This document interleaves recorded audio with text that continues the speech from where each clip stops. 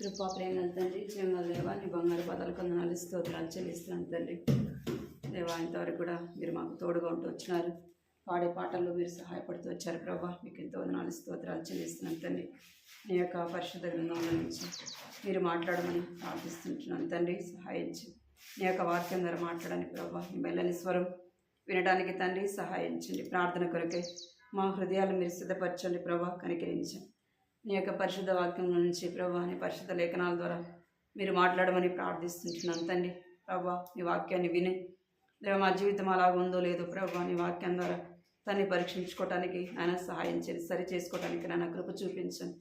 ఆత్మీయంగా ప్రభాను తన్ని పురికొల్పడానికి, ఆత్మీయంగా బలపరచబడడానికి తండ్రి దేవాని యొక్క వాక్యం శక్తిగల నీ యొక్క వాక్యంలో నుంచి మీరు మాట్లాడండి ప్రభావ. మీరు సహాయం చేయమని ఈ సమయం ఎంతో దీవెనకరంగా చేయండి. రావాల్సిన వారిని నడిపించండి. వచ్చిన వారిని బట్టి వందనాలు చెల్లిస్తూ వారికి కూడా ప్రభావ ఎంతో భయంతో మీ మాటలు వినడానికి నాయన సహాయం చేయమని, మా యొక్క దృష్టి గమనం మీ వైపు చూడగలటకు మీరు కృప చూపించి నడిపించమని మీకు ఎంతో వందనాలు చెల్లిస్తూ ఈ సమయాన్ని మీ చేతులకు అప్పగించుకుని నన్ను కూడా జ్ఞాపకం చేసుకోండి ప్రభావ. నా గొంతును మీరు తాకండి తండ్రి, నా గొంతును మీరు ముట్టండి ప్రభావ. సహాయించి ధారాళంగా నా యొక్క ప్రభావ నా తండ్రి నా మాటలు నాన్న రాగలటుకు ప్రభావ సహాయించి నా గొంతును మీరు తాకండి ప్రభావ. నా గొంతును మీరు ముట్టండి నాన్న, మీరే కృప చూపించి సహాయం చేయండి ప్రభావ. నేను ప్రభావ నా తండ్రి మీ చేతులకు అప్పగించుకుంటూ నన్ను మీరే నోటి బొరగా బలపరిచి వాడుకోమని మీకు ఎంతో వందనాలు చెల్లించుకుంటూ యేసు నామములో ప్రార్థించి అడిగి వేడుకుంటున్నాను తండ్రి. ఆమేన్.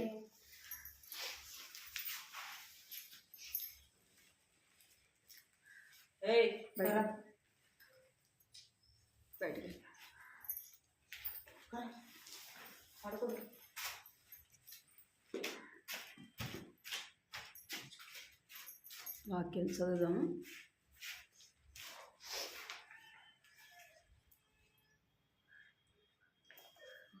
మొదటగా యెషయా గ్రంథము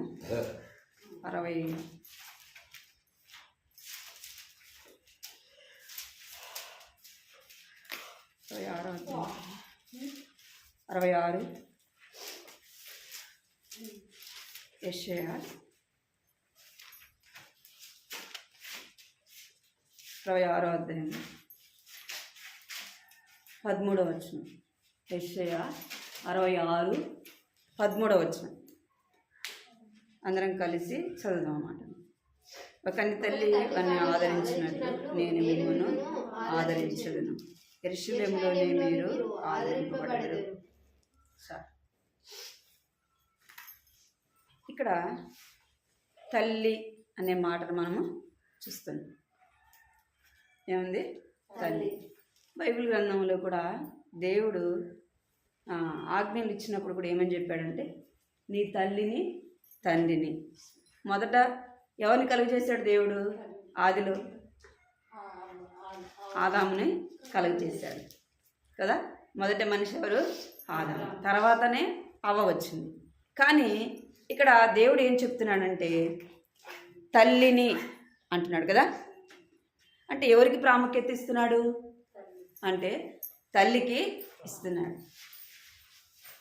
తల్లి అంటే స్త్రీ కుటుంబంలో ఒక తల్లిగాను కదా, అత్తగాను, ఇంకా అక్కగాను, చెల్లెలుగాను దేవుడు ఎవరికి ప్రాముఖ్యతను ఇస్తున్నాడంటే స్త్రీకి ప్రాముఖ్యతను ఇస్తున్నాడు. స్త్రీ తన జీవితము ఎంతో శ్రేష్టమైనది. తన జీవితము ఎంతో శ్రేష్టమైనది.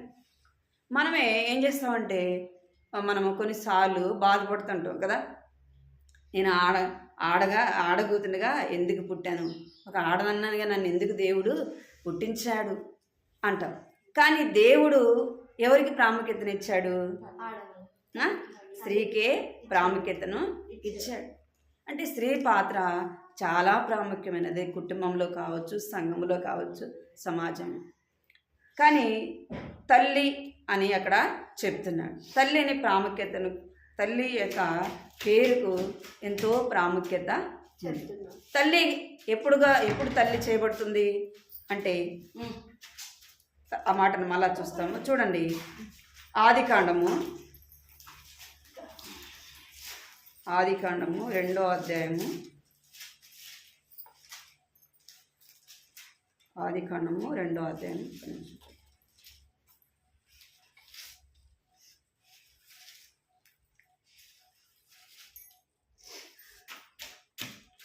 మూడో అధ్యాయం 20వ వచనం. ఆదికాండం 3. ఆదాము తన భార్యకు హవ్వ అని పేరు పెట్టెను.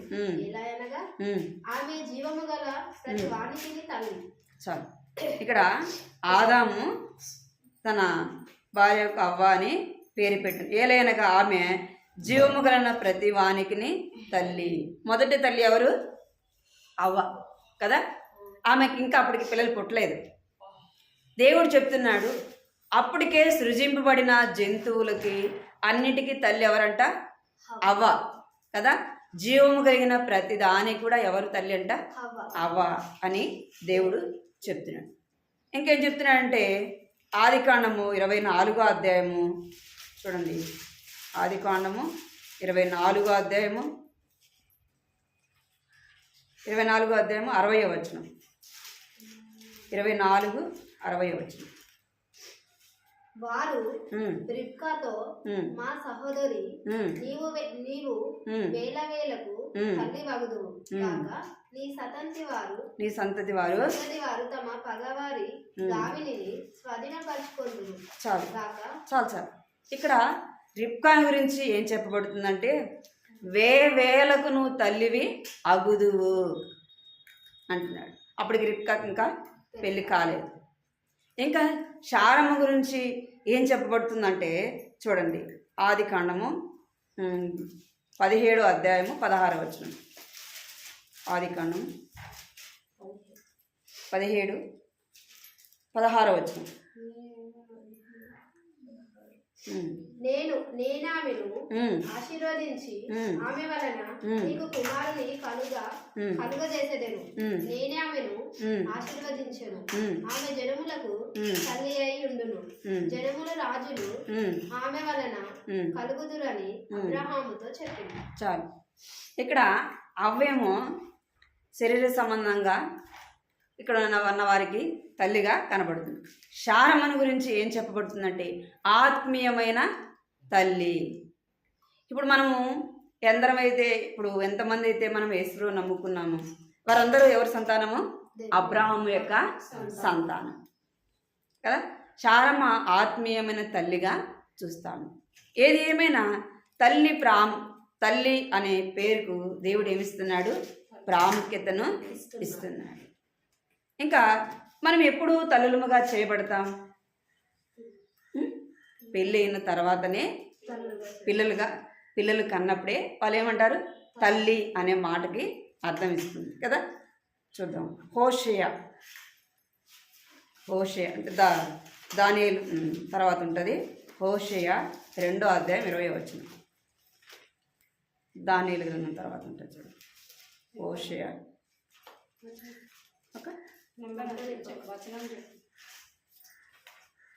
హోషేయ 2వ అధ్యాయము 20వ వచనం.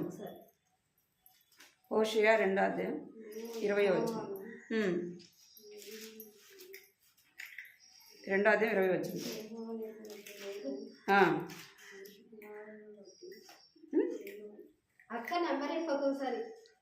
పేజీ నెంబరా 746. నీవు యెహోవాను ఎరుగునట్లు నేను నమ్మకమును బట్టి నిన్ను ప్రదానము చేసుకుందును. ఇక్కడ చెప్పబడుతుందంటే ఎవరితో మనం పెళ్ళి అయిన తర్వాతనే, పిల్లలు పుట్టినాకనే తల్లి అనే మాటకి అర్థం కదా. ఇక్కడ చెప్పబడుతూ ఉంది. మనం ఆత్మీయంగా చూస్తే యెషయా గ్రంథంలో ఒక మాట ఉంది. 54:5 చూడండి. యెషయా 54:5 వచనం.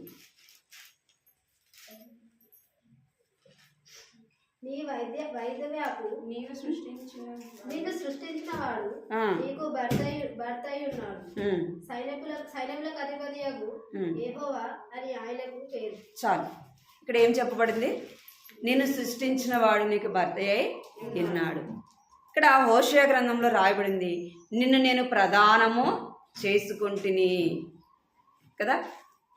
ఇక్కడ మనను ఎప్పుడు మనం ప్రదానం చేయబడతామంటే యేసు ప్రభును మనం ఎప్పుడైతే నమ్ముతామో, ఎప్పుడైతే మనం ఆయన యందు విశ్వాసం ఉంచుతామో, మనం ఎవరికి ప్రదానం చేయబడినాం అంటే యేసు ప్రభుకు ప్రదానము చేయబడిన వారము కదా. ప్రదానం అంటే ఏంది, ఏం చెప్పండి? ప్రధానము అంటే తెలుసు కదా మీకు. పిల్లోడు చూసిన తర్వాత మా పిల్ల అనిపించుకోవడానికి వెళ్ళినప్పుడు దాన్ని ఏమంటారు? ప్రదానం చేయబడింది. అంటే ఆ పిల్లను ఆ పిల్లవాడికి చేసుకుంటాము అని ఒక వస్తువు ఏం చేస్తారు? గుర్తుగా ఇస్తారు కదా. అది ఏమంటారు? ప్రదానము అంటారు. అర్థమైందా? ఇక్కడ యేసు ప్రభు మనల్ని ఏం చేసుకున్నాడంట? ప్రదానము చేసుకున్నాడు. ఎందుకు అంటే మనము ఎవరు? సంఘము యేసు ప్రభుకు భార్యతో పోల్చబడింది. సంఘం ఎవరు? గోడల అంటే సంఘములో ఉన్న నువ్వు నేను అందరం.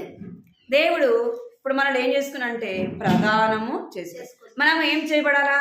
ప్రదానము చేయబడాలి. ఎవరితో చేయబడాలా అంటే దేవునితో చేయబడాలి. ఎలాగా చెప్పండి? ఎలాగ చేయబడాలా అంటే మనం ఎప్పుడైతే విశ్వసిస్తామో, ఎప్పుడైతే మనం ఆయన యందు నమ్మకం ఉంచుతామో, ఎప్పుడైతే మనం ఆయన బిడ్డలముగా చేయబడతామో, ఎప్పుడైతే మనం ఆయన సొత్తుగా, ఆయన స్వకీయ సంపాద్యముగా మనం ఉంటామో, ఇప్పుడు మనం ఎవరము అంటే ఆయన సొత్తు. ప్రధానం అంటే ఎప్పుడైతే చూసి ఆ వస్తువు వేస్తారో అప్పుడు ఏమంటారు? ఫలాని వాడికి ఈ అమ్మాయిని ఇస్తాము, నిశ్చయించబడింది అంటారు. ఇప్పుడు మనం ఆత్మీయంగా చూసుకుంటే మనం ఎప్పుడైతే విశ్వాసం ఉంచుతామో ఎవరితో ప్రదానం చేయబడినట్టు అంటే దేవునితో ప్రదానము చేయబడినట్టు. ఇప్పుడు మనము ఆయన సొత్తు. ఇప్పుడు మనం ఆయన సొత్తు. ఆయన ఇష్టం వచ్చినట్టుగా నడుచుకోవాలి కదా. భార్య నాకు ఇష్టం వచ్చినట్టు నేను నడుచుకుంటానంటే భర్త ఒప్పుకుంటాడా? నేను మా అమ్మని ఇంటికాడ నడుచుకున్నట్టే నేను నడుచుకుంటా, నా ఇష్టం వచ్చినట్టే నేను చేస్తాను, నా ఇష్టం వచ్చినప్పుడే నేను పని చేస్తాను, నా ఇష్టం వచ్చినట్టే నేను నడుచుకుంటాను, నువ్వు నన్ను అడిగేదానికంటే భర్త ఒప్పుకుంటాడా? అవన్నీ ఇడా చెప్పాకు, అవన్నీ మీ ఇంటికాడ చెప్పు కదా. ఇప్పుడు నా ఇంట్లో ఉండవు, ఏం చేయాలా? నేను చెప్పినట్టు చేయాలా, నేను చెప్పినట్టు నడుచుకోవాలా. నువ్వు కూర్చున్నా, నువ్వు లేచినా, నువ్వేం చేసినా ఎవరు చెప్పినట్టు చేయాలా? భర్త చెప్పినట్టే చెయ్యాల. ఏం చేసినా కూడా మన ఇష్టం అనేది ఉండదు. ఎందుకు అంటే మనం చేసుకున్నాడు కాబట్టి, మనం ఆయన సొత్తు కాబట్టి ఏం చేయాలా? ఆయన చెప్పినట్టే చేయాలి. ఇప్పుడు మరి యేసు ప్రభు మనల్ని ఆయన స్వరక్తం ఇచ్చి కొన్నాడు, ఆయన బిడ్డలుగా చేసుకున్నాడు. మనం ఎవరు చెప్పినట్టు చేయాలా? దేవుడు చెప్పినట్టు చేయాలి. నా ఇష్టం వచ్చినట్టు నేను ఉంటాను, నా ఇష్టం వచ్చినట్టు నేను పోతా అంటే నువ్వు ఆయన ఏం చేయడు? ఒప్పుకోడు. నీ ఇష్టం వచ్చినట్టుగా ఉండటానికి ఆయన ఒప్పుకోడు. ఎవరు ఇష్టం వచ్చినట్టు ఉండాలా? ఆయనకి ఇష్టం వచ్చినట్టుగా నీవు నేను ఉండాలా. ఎందుకంటే మనల్ని ఆయన ఏం చేసుకున్నాడు? ప్రదానము చేసుకున్నాడు. ఆయన సొత్తుగా చేసుకున్నాడు. ఆయన స్వరక్తం ఇచ్చి కొన్నాడు. ఇప్పుడు నువ్వు సొత్తు కాదు, నువ్వు ఆయన సొత్తు కాబట్టి ఆయన చెప్పినట్టు వినాలా. ఏం చేసుకున్నాడు? ఆయన మనం ప్రదానము చేసుకున్నాడు కాబట్టి ఎవరు చెప్పినట్టు వినాలా? ఆయన చెప్పిన మాటే మనము వినాలా. అంటే స్త్రీకి దేవుడు మన బైబిల్లో చూస్తే కూడా నీ తల్లిని నీ తండ్రిని సన్మానించు, నీ తల్లికి నీ తండ్రికి లోబడి ఉండు. ఎక్కడ కూడా తల్లికే దేవుడు మొదట ప్రాముఖ్యతను ఇచ్చాడు. ఒక తల్లిగా నీ యొక్క బాధ్యతను, నీ యొక్క ప్రాముఖ్యతను గుర్తించాలా. అనేక సార్లు మనం స్త్రీగా పుట్టినందుకు ఎంతో బాధపడుతుంది. అరే ఆడపిల్లలు పుట్టాడు. దేవుడు వారిని ఏం చేస్తున్నాడంట? ఆశీర్వదించినాడు. ఎవరిని ఆశీర్వదించినాడు? ఆదాముని కలుగ చేసినప్పుడు ఆశీర్వదించలేదు. ఎవరిని కలుగ చేసినప్పుడు? స్త్రీని అవ్వని కలుగ చేసినప్పుడే ఆశీర్వదించినాడు. ఆశీర్వాదానికి కర్తలు ఎవరిని చేశాడు దేవుడు అంటే నిన్ను నన్ను చేశాడు. మనం ఎలా ఉండాలా? ఆశీర్వాదానికి కారకులముగా ఉండాలా. మన జీవితం అనేకులకు ఆశీర్వాదకరంగా ఉండాలా. అందుకే ఒక కోడలు ఇంటికి వచ్చింది అనుకోండి, ఏమంటారు? మా కుటుంబానికి ఎంతో ఆశీర్వాదం కదా. నువ్వు కాలు పెట్టడం ద్వారా మా కుటుంబం ఎంతగానో ఆశీర్వదింపబడింది కదా. నేను చేసే పనిలో ఆశీర్వదించబడ్డా అంట. ఆ స్త్రీ యొక్క విలువను గుర్తెరుగని వారే ఏం చేస్తారు? స్త్రీని ఇష్టం వచ్చినట్టుగా మాట్లాడు. అర్థమైందా? స్త్రీ దేవుడు ఏం చేసినాడు? ఆశీర్వదించినాడు. నిన్ను నన్ను దేవుడు ఆశీర్వదించినాడు. మన గురించి మనం ఎప్పుడు దుఃఖపడాల్సిన అవసరము లేదు. నిన్ను గురించి నన్ను గురించి మనము దుఃఖపడాల్సిన అవసరం లేదు. దేవుడు నిన్ను నన్ను ఏం చేసినంటే ఆశీర్వదించినాడు. ఎందుకు అంటే మనము తల్లిగా ఉండాలని. ఎలా ఉండాలని? తల్లిగా ఉండాలని. ఎప్పుడు తల్లి చేయబడుతుందంటే పిల్లలు కనినప్పుడే తల్లిగా చేయబడుతుంది. మనకు ఎప్పుడు సంతోషం కలుగుతుంది? ఆస్తులు చూసినప్పుడు, ఉద్యోగం చూసినప్పుడు, లేదా మంచి ఇల్లు చూసినప్పుడు, అవన్నీ ఉండటం ద్వారా సంతోషం వస్తుందా? ఎప్పుడు సంతోషం? అమ్మ నువ్వు తల్లి కాబోతావు అని ఒక డాక్టర్ చెప్పాడు అనుకోండి, ఎంత సంతోషం కదా. మనం ఈ లోకానంతా జయించినంత సంతోషం, అవునా కదా? ఎంతో సంతోషం కదా. నువ్వు తల్లిగా కాబోతున్నావు అంటే ఎంతో సంతోషించేవారు. ఎన్ని ఆస్తులు ఉన్నా, ఎంత ఉన్నా, పిల్లలు లేకపోతే వాళ్ళ దుఃఖం చెప్పడానికి వీల్లేదు కదా. వాళ్ళకు ఆ ఆస్తులు బట్టి వారు సంతోషించలేరు. ఒక పిల్ల ఉంటే, ఒక పాప ఒక బాబు ఉంటే ఎంత బాగుండు అసలుకి అని ఎంతో దుఃఖించేవారుగా చూస్తాం. దేవుడు నిన్ను నన్ను ఎలాగ చూడాలని చూస్తున్నాడంటే ఒక తల్లిగా ఉండాలని మనం దేవుడు ఏం చేస్తున్నాడు? చూస్తున్నాడు. ఒక తల్లిగా ఉండాలని. ఒక తల్లిగా మనం ఉండాలంటే ఏం చేయాలంటే ఆత్మీయముగా పిల్లలను కనేవారముగా ఉండాలా. ఆత్మీయంగా పిల్లలు కనాలి. ఆత్మీయంగా పిల్లలు కనాలంటే ఒక ఆత్మనైనా దేవుని సన్నిధికి తీసుకుని రావాలా. ఒక ఆత్మనైనా నువ్వు రక్షింపబడినందుకు ఒక ఆత్మనైనా దేవునింటికి నువ్వు నడిపించాలా. పిల్లలు లేకపోతే నువ్వు ఎంత బాధపడతావు, పిల్లలు కొరకు నువ్వు ఎంత వేదన చెందుతావు కదా. ఎంతో వేదన చెందుతావు. మరి అలాగే ప్రభా నేను ఒక్కరినైనా నీ ఇంటికి తీసుకుని రాలేకపోతున్నాను ప్రభా, ఒక్కరికైనా నీ గురించి నేను చెప్పలేకపోతున్నాను ప్రభా. నేను ఆత్మీయంగా గొడ్డుతనంలో ఉన్నా ప్రభా. ఏ తనం అది? ఆత్మీయంగా గొడ్డుతనం ప్రభా. నేను ఆత్మీయంగా పిల్లలు నీ కొరకు కనలేకపోతున్నాను ప్రభా. తల్లి అనిపించుకునే యోగ్యత నాకు లేదు ప్రభా, నన్ను తల్లిగా చేయి ప్రభా అని అడగా. అందుకే శారమ్మ గురించి చెప్పబడింది, నువ్వు నిన్ను ఆశీర్వదించి ఏం చేస్తాను, నేను ఒక తల్లిగా చేస్తాను. దేవుడు ఆ శారమ్మకి ఎంతమందిని ఇచ్చాడు? ఇసాకుని ఇచ్చినాడు. రిబ్కాను గురించి ఏం చెప్పబడింది? వేలకు నువ్వు తల్లివిగా అగుదువు అంటే ఇసాకు రిబ్కా వలన దేవుడు ఎంతమందిని కలిగి, ఇసాకు ఎంతమంది కుమారులు? 2 ఇచ్చాడు. యాకోబుకి ఎంతమంది ఇచ్చినాడు? 12 మందిని ఇచ్చాడు. అంటే నీ యొక్క గర్భంలో నుంచి రాజులను తీసుకుని వస్తాడు అంటే ఆశీర్వదిస్తూ వచ్చినాడు. నీవు నేను కూడా ఆత్మీయమైన తల్లులముగా ఉండాలా.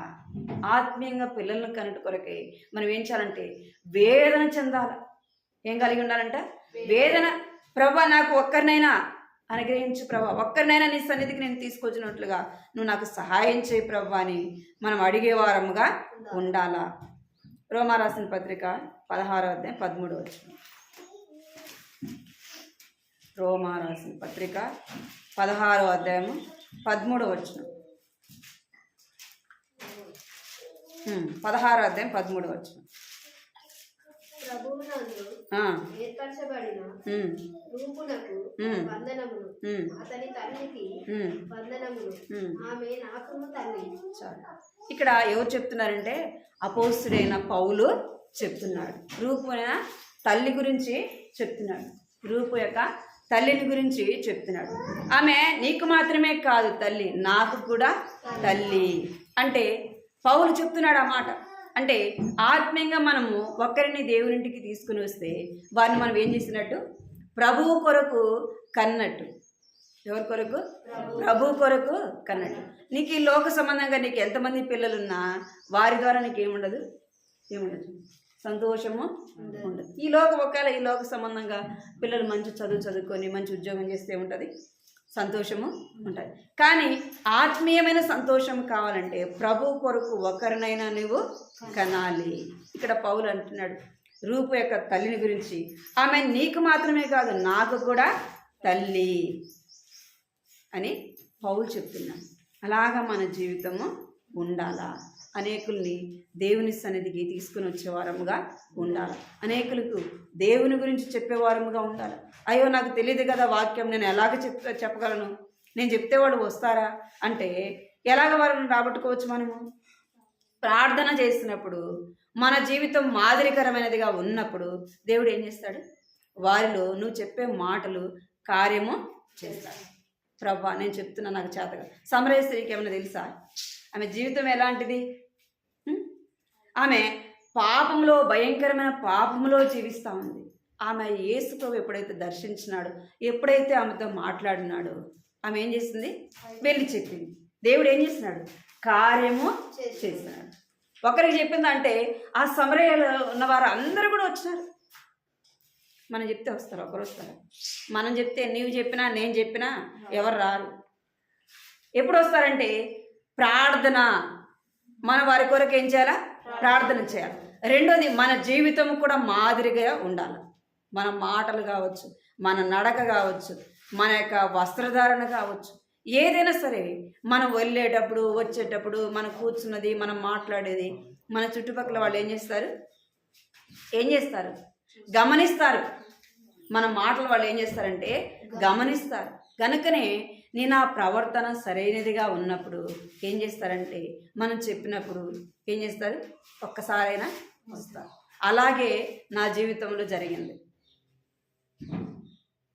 నా జీవితంలో జరిగింది. 2000 సంవత్సరంలో ఆదివారం రోజు సాయంత్రం, సండే సాయంత్రము ఏం చేస్తారంటే టీవీ చూస్తూ ఉంటారు.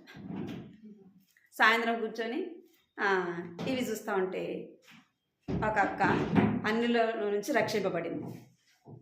యవనస్తురాలు, మ్యారేజ్ కాలేదు, కొంచెం కాలావటిగా ఉంటే ఆ అక్క దేవుని నమ్ముకుంది. అంటే మన సహవాసం కాదు, బాప్టిస్ట్ చర్చ్ వెళ్తారు. ఆ అక్క వాళ్ళ అమ్మ తెలుసు నాకు.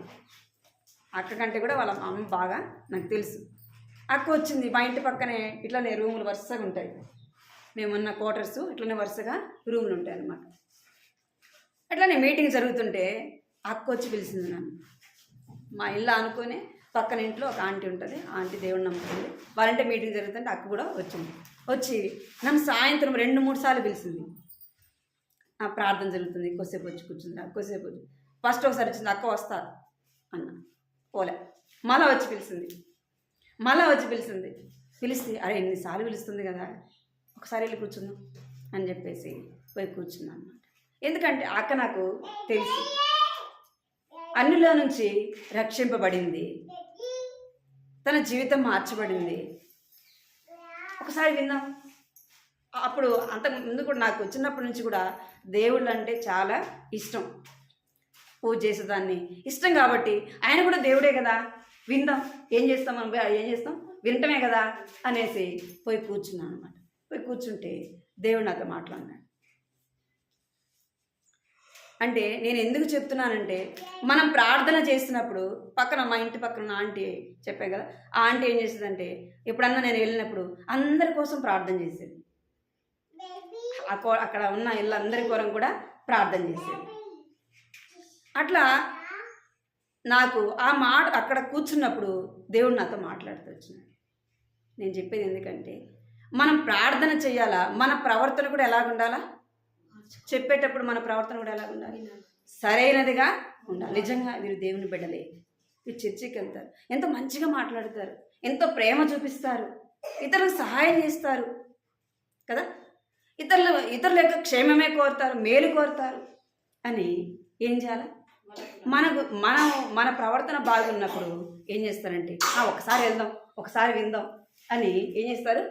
దేవుని ఇంటికి వస్తారు. దేవుడు ఆ సమయంలో ఏం చేస్తాడంటే దేవుని బిడ్డల ద్వారా వారితో మాట్లాడతాడు. అలాగ మనము ఏం చేయగలం? దేవుని కొరకు పిల్లలను కనగలము. అర్థమైందా? మనం తీసుకుని వస్తే చాలు, దేవుడే మాట్లాడతాడు. అంతవరకే నాకు నా విషయంలో వాళ్ళు చేసింది. తర్వాత నేను మందిరానికి వెళ్తూ వచ్చిన, మన సహవాసానికి, మన మందిరానికే వెళ్తూ వచ్చిన. నేను మందిరానికి వెళ్తే ఎటు చూసినా దేవుని వాక్యమే ఉంది.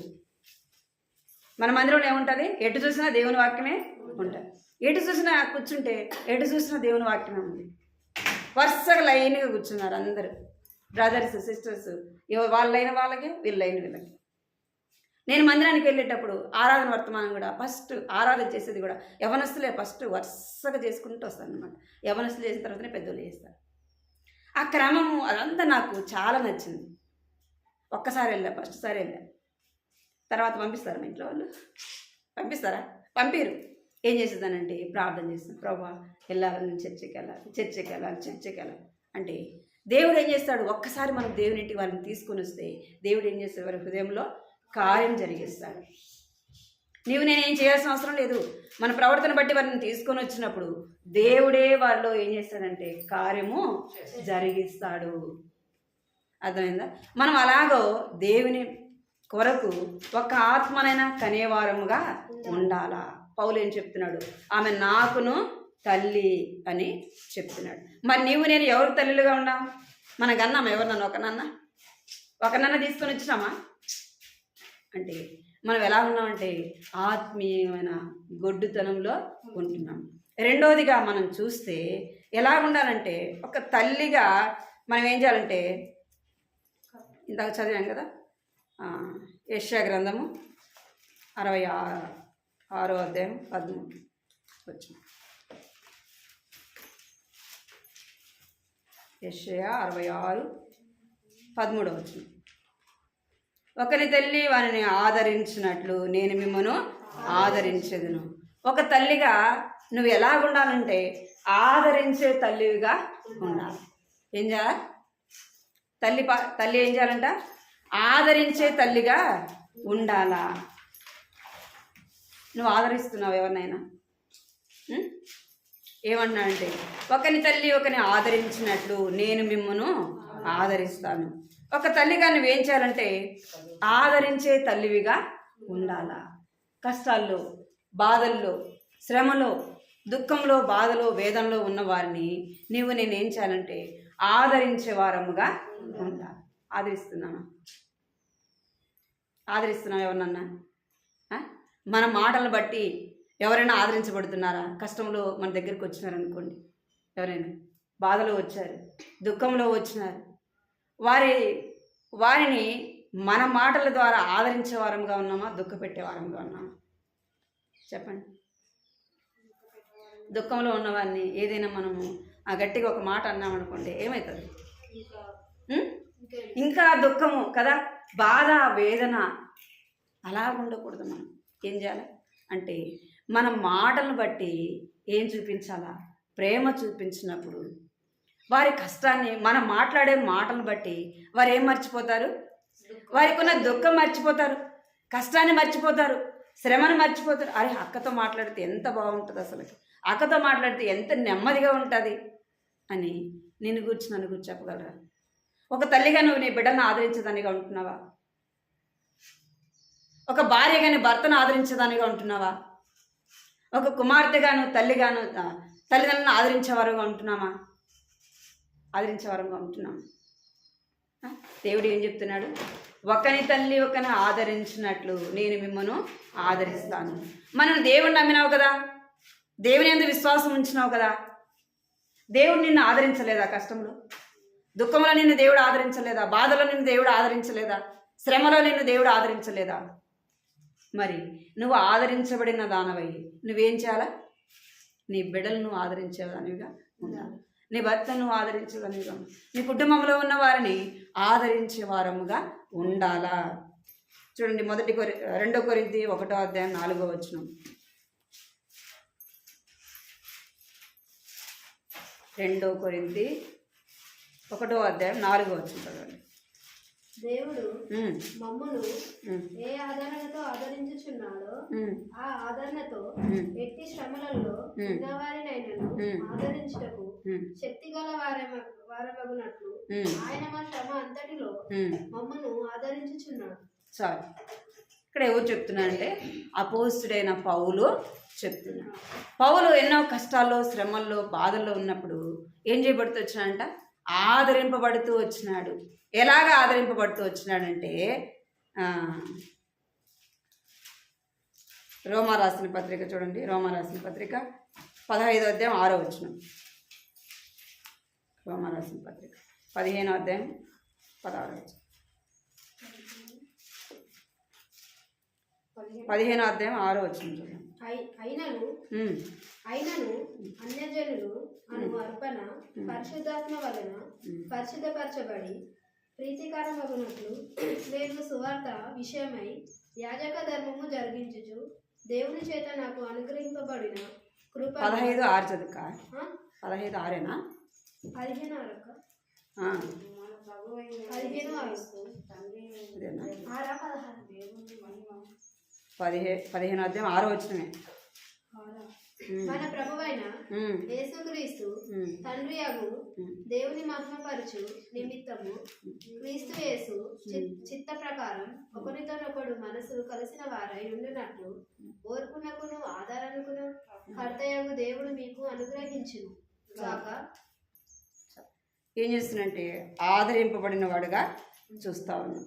మనం ఎలా ఉండాలంటే ఆదరించే వారముగా ఉండాలా. 2 కొరింథీ చూడండి 7వ అధ్యాయం 7వ వచనం. 2 కొరింథీ 7వ అధ్యాయం 7వ వచనం. అయినను దీనులను ఆదరించు దేవుడు తీతు రాక వలన మమ్మను ఆదరించను. చాలు. ఏమంటున్నాడంట?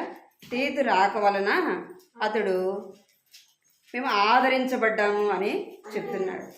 మీ విషయమే పొందిన ఆదరణ వలన కూడా మేము ఆదరించబడి, తీతు వలన ఏం చేస్తూ వచ్చినది? పౌలు ఆదరించబడిన వాడుగా చూస్తాం. 13వ వచనం కూడా చూడండి. అదేంటి?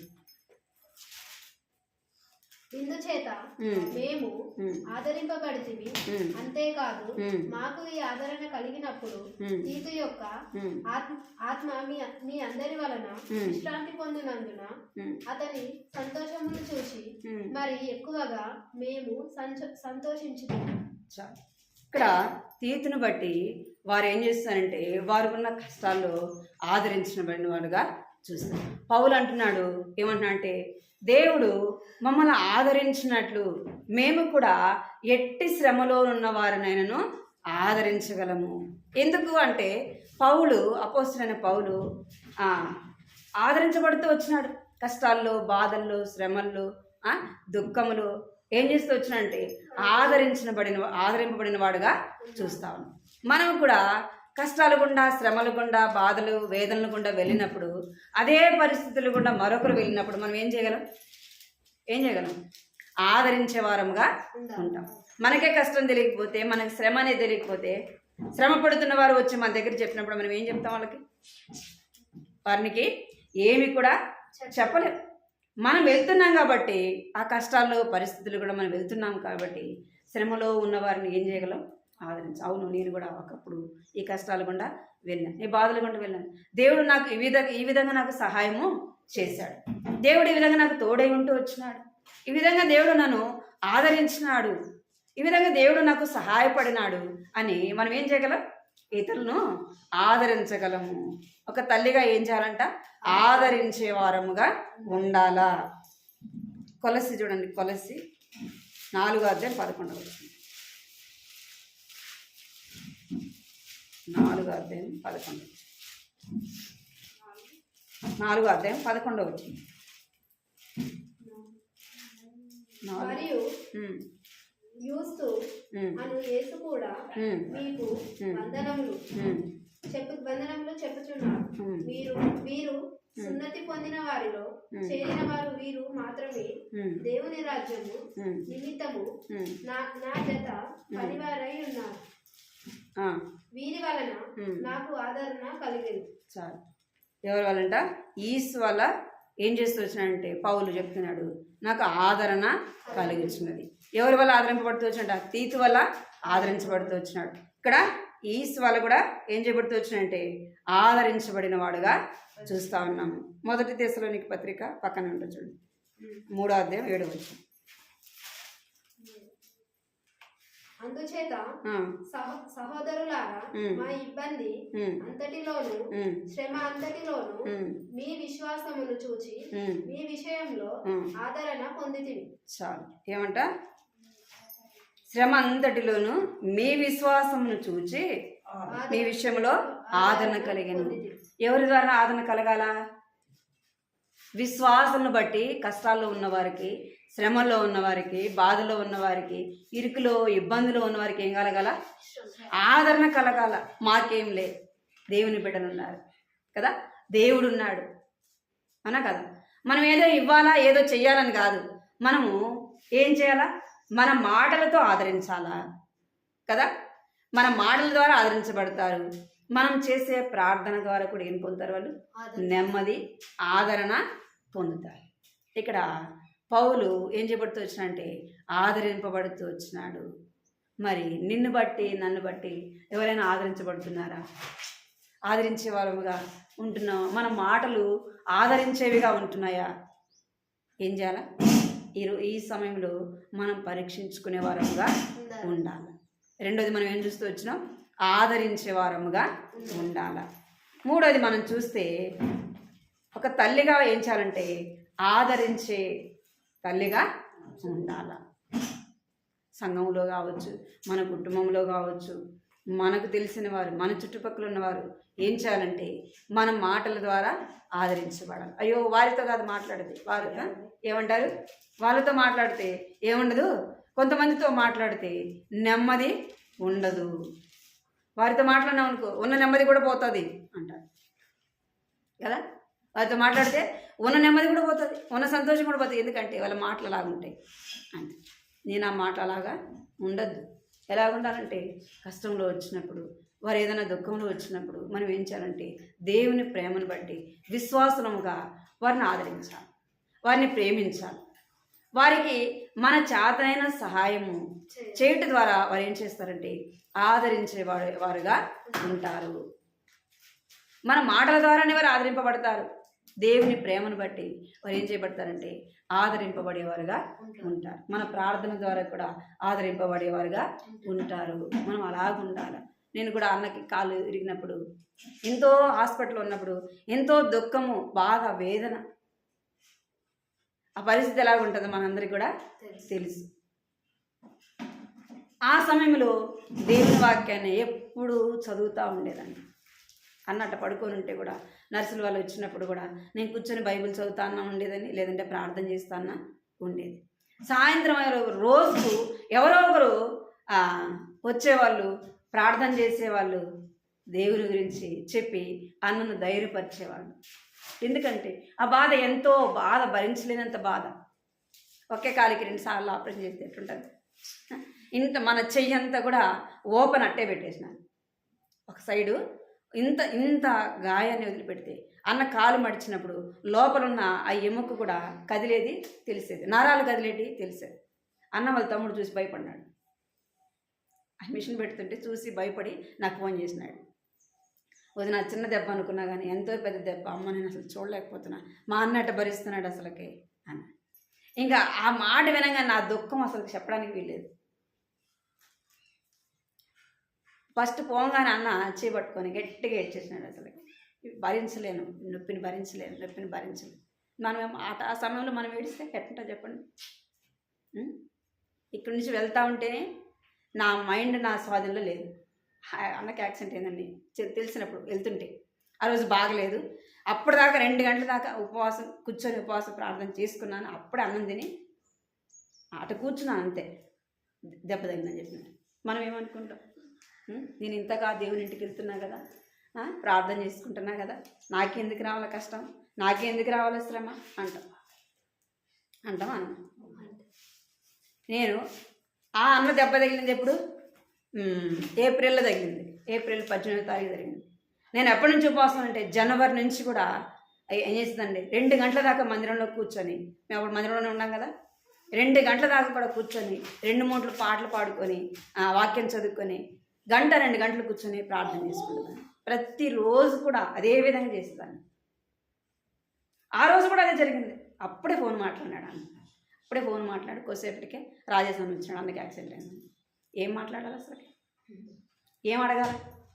మహిమదాసని చెప్తున్నాడు. మహిమదాసని చెప్తుంటే అసలు నా నోట్లో మాట కూడా రావట్లేదు.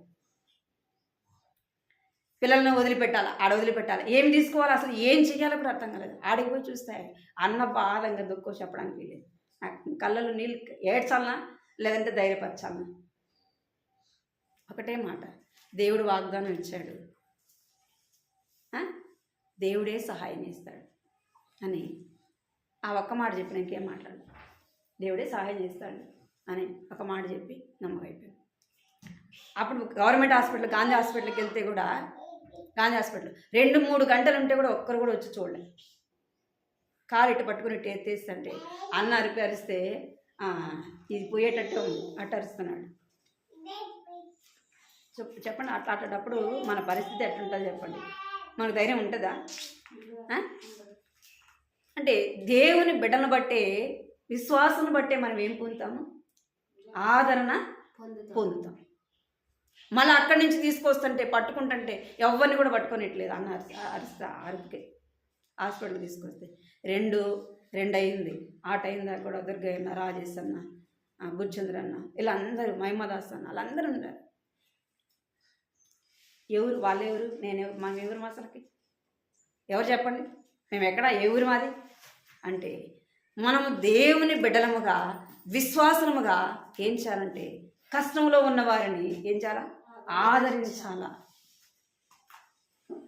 ప్రతిరోజు కూడా ఎవరో ఒకరు వచ్చి ప్రార్థన చేసి ఆదరించాడు. అన్న అనేవాడు, నాకు తెలిసిన వాళ్ళు ఎంతోమందికి నేను ఎన్నో విధాలుగా చేస్తూ వచ్చాను. ఇప్పుడు నేను కష్టంలో ఉన్నప్పుడు నన్ను ఎవరు చూడడానికి రాలేదే అని బాధపడాడు. ఒక అన్న సేవకుడు వచ్చి ఒక మాట చెప్పాడు. ఏమని చెప్పాడంటే, అన్న నేను కూడా ఇదే పరిస్థితిలో బాగలేకుండా హాస్పిటల్లో ఉంటే నేను ఎంతగానో సేవ చేసిన వాళ్ళు నన్ను వచ్చి చూడలేదన్నా, నన్ను వచ్చి చూడలేదు. నాకు తెలియని వారు వచ్చి నన్ను ఆదరించారన్నా. ఈ పరిస్థితి కూడా ఇదే అన్నారు. చూసారు? అంటే దేవుని బిడ్డల ద్వారా మనం ఏం పొందుతామంటే ఆదరణ పొందుతాం. ఆ మాటను బట్టే సగం ధైర్యం వచ్చింది.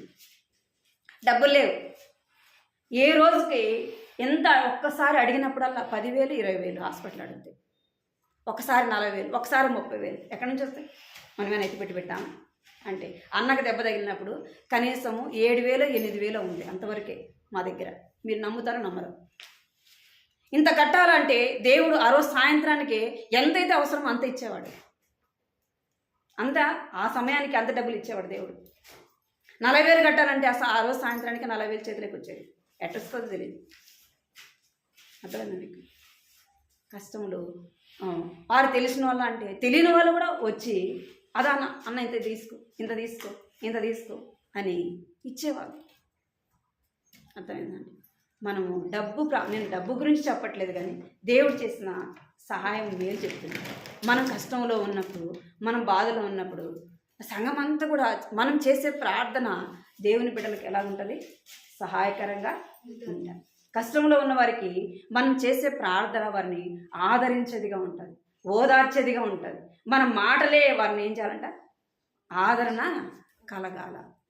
ఒక తల్లిగా మనము కుటుంబంలో మనం ఎలా ఉండాలంటే ఆదరించే వారముగా ఉండాలా. నువ్వింతే, నువ్విట్టే కదా అని అనకూడదు. ఏం చేయాలంటే వారిని మన మాటలు బట్టి ఆదరించే వారముగా ఉండాలి. దేవుడు కష్టాల్లో ఉన్నప్పుడు ఎవరి ద్వారానో ఒకరి ద్వారా మనకి ఏం కలిగిస్తాడంటే ఆదరణ కలిగిస్తాడు. మన శ్రమ అంతటిలో మనను దేవుడు ఏం చేస్తాడంటే సహాయం చేసేవాడుగా ఉంటాడు. అందుకే పౌలు అంటున్నాడు, ఎట్టి శ్రమలో ఉన్న వారినైనాను ఆదరించుటకు దేవుడు మాకేమిచ్చాడు? శక్తినిచ్చాడు. నేను శ్రమల గుండా వెళ్తేనే కష్టంలో ఉన్నవారిని ఆదరించగలం, బాధలో ఉన్నవారిని ఆదరించగలం. నీకు కష్టమే తెలియకపోతే, నీకు శ్రమే తెలియకపోతే నువ్వేం ఆదరిస్తావు? నేను పడ్డాను కాబట్టి ఆ కష్టాన్ని, ఆ శ్రమను, ఆ బాధను, అదే పరిస్థితులు ఎవరైనా ఉన్నప్పుడు నేనేం చెప్పగలను? దేవుడు ఉన్నాడు, దేవుడు సహాయం చేస్తాడు అని చెప్పగలము. మనం ఎలా ఉండాలంటే ఆదరించే వారముగా ఉండాలా. మూడోదిగా మనం చూస్తే ఏం చేయాలంటే ప్రేమించే వారముగా ఉండాలి. ఏముండాలా? ప్రేమించే తల్లిగా ఉండాలి. ఆదికాండము 25వ అధ్యాయం 28వ వచనం. ఆదికాండము 25వ అధ్యాయం 28వ వచనం చదవండి. 25వ అధ్యాయం 28వ వచనం. ఇస్సాకు ఏశావు తెచ్చిన వేట మాంసమును తినుచుండెను గనుక అతని ప్రేమించెను. రిబ్కా యాకోబును ప్రేమించెను. చాలు. ఇక్కడ మనము ఎలాంటి తల్లులుగా ఉండాలంటే ప్రేమించే తల్లులముగా ఉండాలి. ప్రేమిస్తున్నాం కదా, ప్రేమిస్తున్నాం లేదా? మన పిల్లలు మనం ప్రేమించామా? ఒక 4 ఉండాలనుకోండి, 4 ఒకలాగే ప్రేమిస్తామా? చిన్నోళ్ళని ఎక్కువ ప్రేమిస్తాం. ఏం చేస్తాం? ఒకరికి ఒకలాంటి ప్రేమ చూపిస్తాం, మరొకరికి కొంతమందికి పెద్దోడు అంటే ఇష్టం, కొంతమందికి చిన్నోళ్ళు అంటే ఇష్టం. అన్న అంటుంటాడు అప్పుడప్పుడు, నీకు విలియం అంటేనే ఇష్టం, విలియంనే నువ్వు ఎక్కువగా ప్రేమిస్తావు అంటాడు. ఇక్కడ ఇసాకు రిబ్కా కూడా ఏం చేశారంటే, ఇసాకేమో ఏశావును ప్రేమించాడు, రిబ్కా ఏమో ఎవరిని ప్రేమించింది? యాకోబుని ప్రేమించింది. ఎందుకు అంటే ఇసాకేమో ఏశావు ఏం చేసేవాడంట, ఏటాడి నచ్చిన మాంసం తీసుకొచ్చి నాయనకి పెట్టేవాడు. గనుక ఏం చేసినాడు, అబ్బా నా మంచి కుమారుడు కదా, నా ముద్దుల కొడుకు ఏం చేసినాడు, నాకు నచ్చిన మాంసం తెచ్చి పెడుతున్నాడు అని ఇసాకుని ఏశావుని ప్రేమించాడు. రిబ్కా ఎందుకు యాకోబుని ప్రేమించిందంటే, ఎప్పుడు అమ్మ చుట్టూ తిరిగేవాడు. ఎవరు? యాకోబు. తల్లికి సహాయం చేస్తూ ఉండేవాడు. కనుక రిబ్కా ఏం చేసిందంటే యాకోబును ప్రేమించి, ఈ ఇద్దరి మధ్య యొక్క ప్రేమ తేడా వల్ల ఏం కలిగింది, వారు కలిసి నివసించలేకపోయినారు. యాకోబు ఏశావు ఏం చేస్తూ వచ్చినారు, కలిసి నివసించారు. ఎందుకంటే యాకోబు వాళ్ళ అన్నను మోసము చేస్తున్నాడు, వాళ్ళ అమ్మ అలాగే చేసింది. ఎందుకంటే యాకోబు ఆశీర్వదించబడాలా, యాకోబు దీవించబడాలా అని అలాగూ మనం చూపించే ప్రేమ స్వార్థంతో కూడిన ప్రేమ. చిన్నవాడిని ఒకలాగా, పెద్దవాడిని ఒకలాగా మనం అలాగ ప్రేమించినాం అనుకో, మనకేం కాదు, ఎవరికి? పిల్లలకేమొస్తుంది? ద్వేషము కదా. అమ్మ విన్నే ప్రేమిస్తుంది అని వాడి మీద వాడికి ఏమొస్తుంది? ఒక తల్లిగా తండ్రిగా ఏం చూపించాలంటే ఇద్దరిని ఒకేలాగా ప్రేమించాలి. కుటుంబాల్లో గొడవలు కూడా అయ్యే, సమస్యలు కూడా అయ్యే కదా. వీడికేమో వీడినేమో ఒకలాగా, వాడిని ఒకలాగా, వీడిని ఒకలాగా చూడడం, వాడిని ఒకలాగా చూడడం. మరి కనీసం నువ్వు ఇద్దరు నువ్వే కదా, మరి ఎందుకు? నువ్వు చూపించే ప్రేమ వారికి ఏమొస్తుంది? గొడవలు వస్తాయి. వాళ్ళు అన్నదమ్ములు కలిసి, అక్క చెల్లెలైనా అన్నదమ్ములైనా ఏం చేయరు, కలిసి ఉండలేరు. ఎందుకంటే ఒకరి మీద ఒకరికి కోపం, ద్వేషం. అలాగా మనం ప్రేమించే ప్రేమ అలాగ ఉండకూడదు. దేవుని బిడ్డలముగా మనం అలాగా ప్రేమించకూడదు. ఇద్దరే, ముగ్గురా, నలుగురా, నీకు ఎంతమంది ఉంటారు, అందరిని కూడా దేవుని ప్రేమతో, దేవుడిని ఎలాగ ప్రేమించాడు అదే ప్రేమతో ఏం చేయాలి, అదే ప్రేమతో ప్రేమించాలి. దేవుడు అందరినీ ఒకేలాగా ప్రేమించాడు.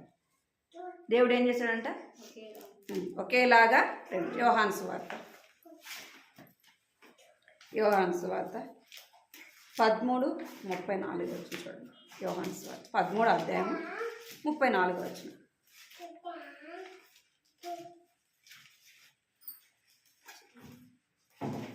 అదే 34 వచ్చి చాలా అనిపిస్తుంది.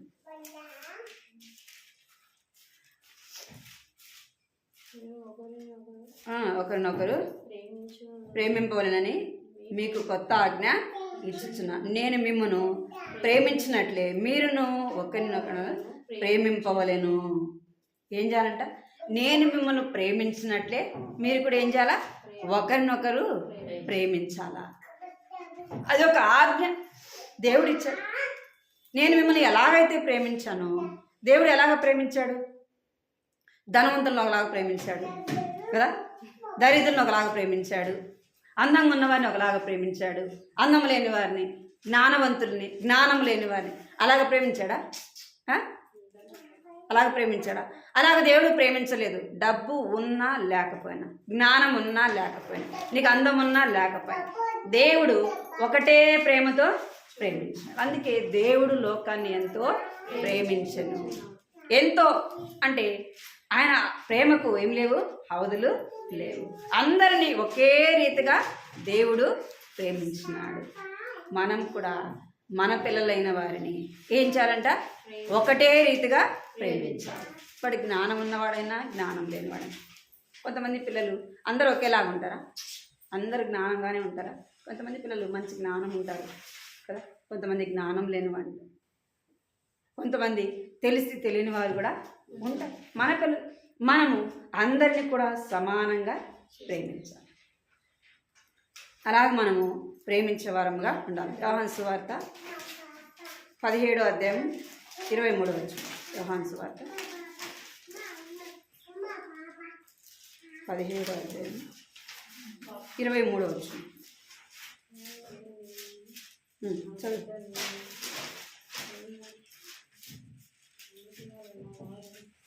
వారి యందు నేనును నా యందు నీవును ఉండుట వలన వారు సంపూర్ణులుగా చేయబడి ఏకముగా ఉన్నందున నీవు నన్ను ప్రేమించుతువనియు నీవు నన్ను ప్రేమించినట్లే వారిని కూడా ప్రేమించువనియు లోకము తెలుసుకున్నట్టు. తండ్రి ఎలాగో యేసు ప్రభును ప్రేమించాడు, అలాగే యేసు ప్రభు కూడా ఏం చేస్తూ వచ్చినాడు, మనల్ని అలాంటి ప్రేమతోనే ప్రేమించినాడు. మనము ప్రేమలో ఏం చెప్పకూడదు, వ్యత్యాసము చెప్పకూడదు. ఒక తల్లిగా మొదట మనం దేవుడు ఏం చేస్తున్నాడంటే ఆశీర్వదిస్తూ వచ్చినాడు. ఎందుకంటే మన ద్వారా అభివృద్ధి కలగాలని దేవుడు అవని ఆశీర్వదించినాడు. రెండోదిగా మనం తల్లులుగా కదా ఉండాలని దేవుడు మనము రెండోది మనం చూస్తే ఆదరించే వారముగా ఉండాలా. మూడోది మనం ఏం కలిగి ఉండాలా, ప్రేమించే వారముగా ఉండాలి.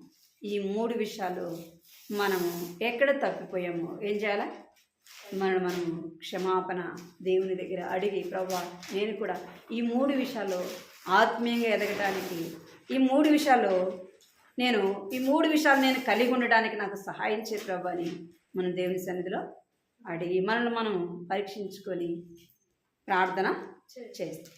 దేవుడి సహాయం.